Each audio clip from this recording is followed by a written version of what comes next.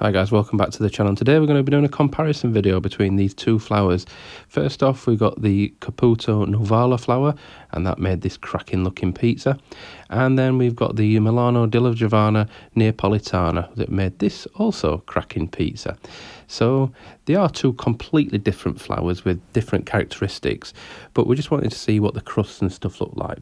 So let's check out those protein levels. So the Dallagiovanna Napoletana is 12% on the protein levels, and this is now the Caputo Nuvola flour, and let's have a look at the protein on that one, and it's 12.5, so slightly different. The Nuvola is also a single zero flour. So we're following our usual recipe, which is 630 grams of water, and then we need to add that into there. If you just make sure that your water is slightly warmer than the cold tap, it makes a big difference. Then we're going to add 1 gram of yeast, and then we need to mix those together until it's all dissolved in. So first off, we're going to be looking at the Nuvola flour, and we need to gradually add that in to the water and yeast mix and mix it around. So just on first impressions, the Nuvola takes that first mix quite nicely. Now we'll do the Dallagiovanna Napoletana, and just again adding that into the water and instant yeast mix. So yep, just stirring that around again takes very nicely. And as we go through this video, we'll see that going backwards and forwards between the two flours all the way through. So back to the Nuvola flour, and again mixing that around, and you'll see that it's starting to become slightly more thicker now.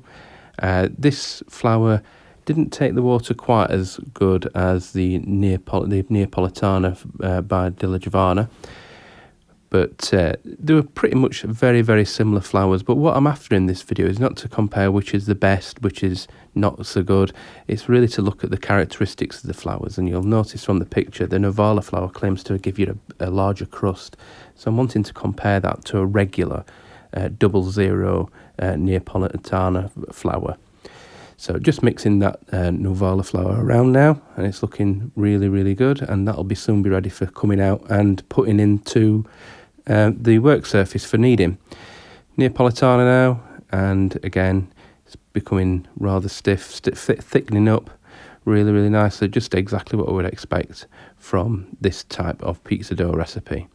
So just adding the last little bit now. I think this will be ready now for taking out of the bowl, and we'll be ready to start to knead that. Yep, getting very difficult now to mix with the fork. So back to the Neapolitana flour by Dallagiovanna, and again look at that, it's just starting now to really stiffen up, becoming increasingly difficult to mix. So onto the work surface part now, ready for kneading. So just make sure you leave a little bit in the bag for scraping out the bowl as well. So we'll tip that onto the work surface. Comes out of the bowl quite nicely, but let's get that extra dough that's stuck to the side of the bowl with that last bit of flour and just giving that a rub round. And we'll do exactly the same for the comparison video with the Neapolitana flour as well. So we need to mix and knead all this together for 10 minutes. So the Nuvola flour was slightly more difficult to get that excess flour in, probably because we could have done with a high hydration, but we use 63% in this recipe. So again with the Neapolitana flour, and again giving that a good mix round with that spare flour that we've got left in the bag.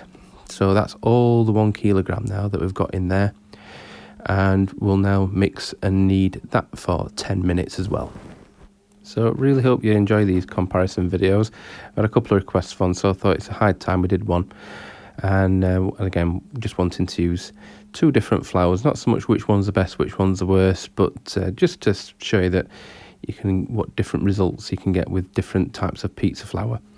So as you can see, the Nuvola is just about there now. We're just rubbing around the work surface, getting all the last little bits of flour that aren't mixed in, and now we'll just start the kneading process. So with the Nuvola, there were no sticking at all.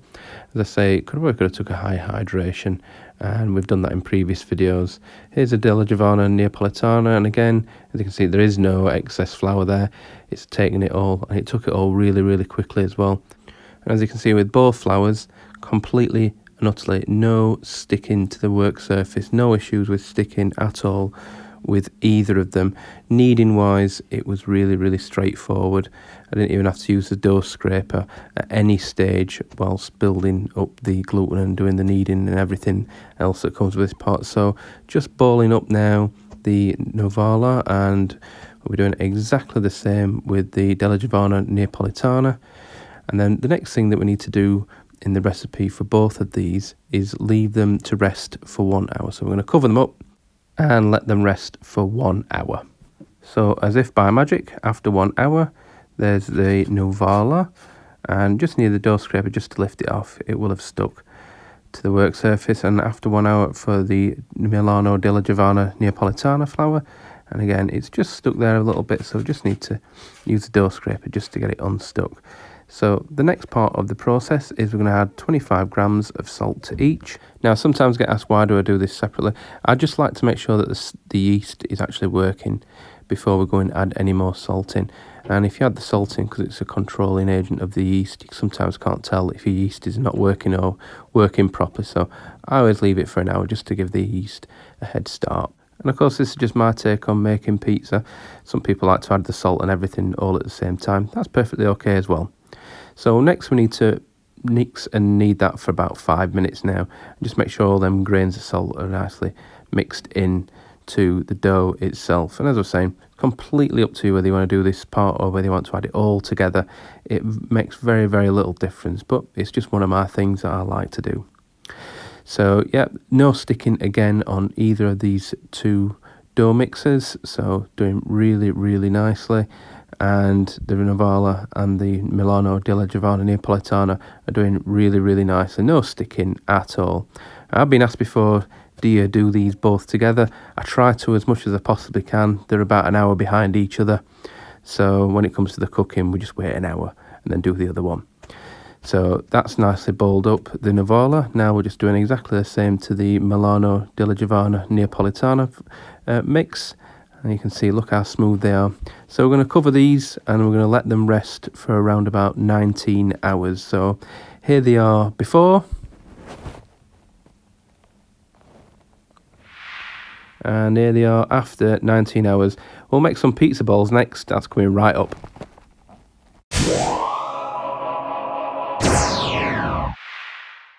Definitely think someone's been playing with the editing equipment there.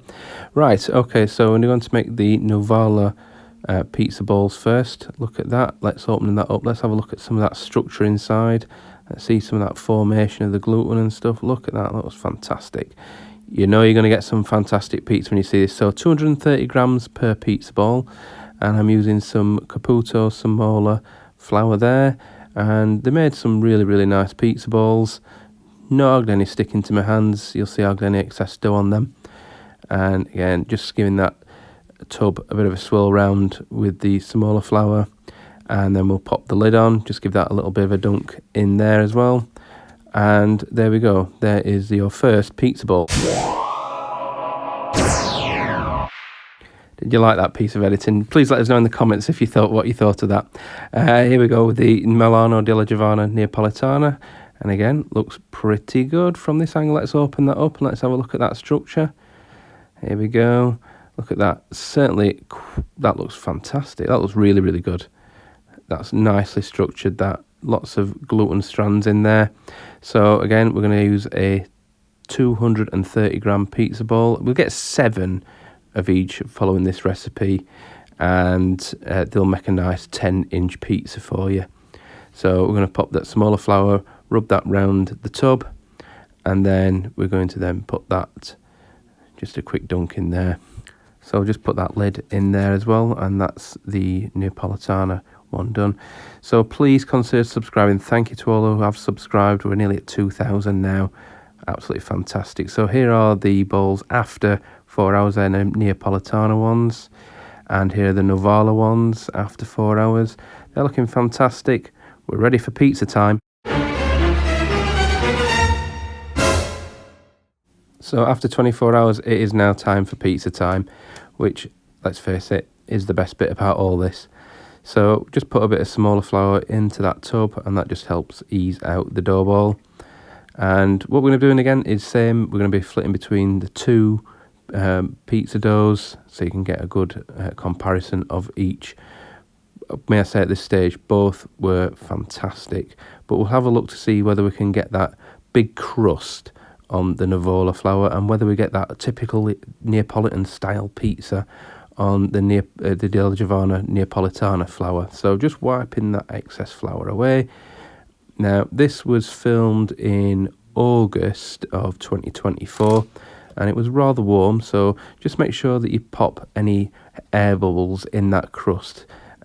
You'll notice from the pictures when we go to the pizza oven that I must have missed one and we ended up with a big burnt air bubble, but more of that later.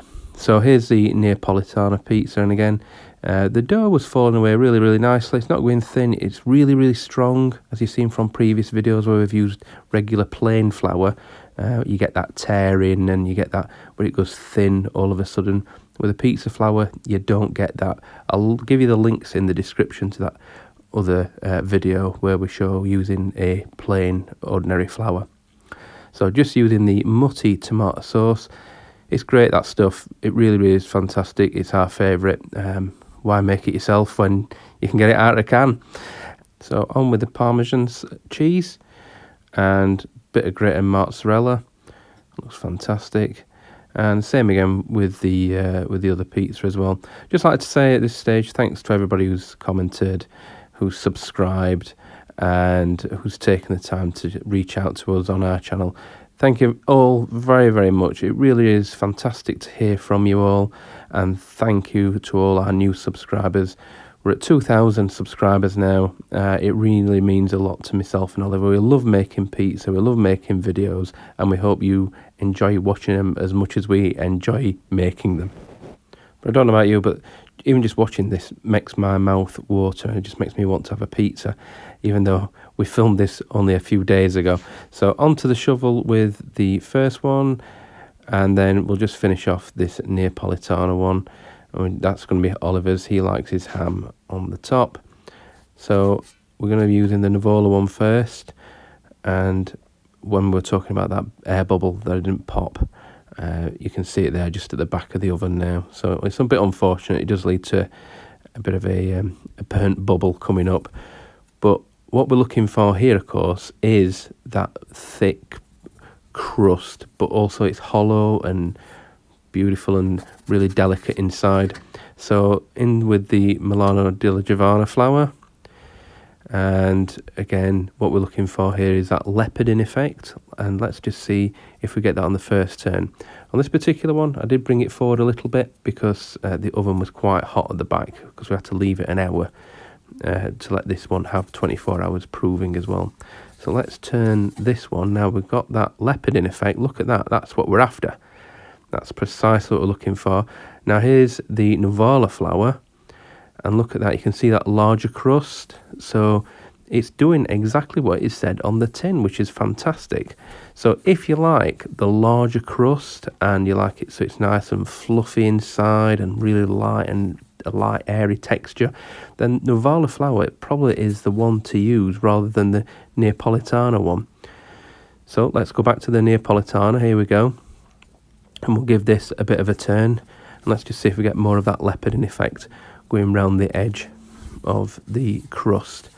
That looks pretty good to me, that. And again, it's making my mouth water. It makes my job a lot more difficult doing a voiceover. Let's get them both pizzas onto the table. So here is the Nuvola, and it's so soft and it's got so much air in it. Lift that up, a bit more char underneath, and let's have a look at the Dallagiovanna Napoletana. Look at that. Again, nice and crispy. A little less char on that one, but then we put it to further back in the oven. Let's open them up. Let's have a look inside. Let's just see what these crusts look like. I can tell you the taste is absolutely brilliant. Really nice. You can't go wrong with pizza though. Look at that. Spectacular. So which is your favourite? Yeah, please leave us a comment. Tell us which one is your favourite. And let's get a bit of a discussion going on this one. So that is the Neapolitana pizza. Looks brilliant. So all that I'm saying is thanks for watching. Please subscribe to the channel. Really does help. If you like this one, give it a like. But for myself and Oliver, it is bye for now.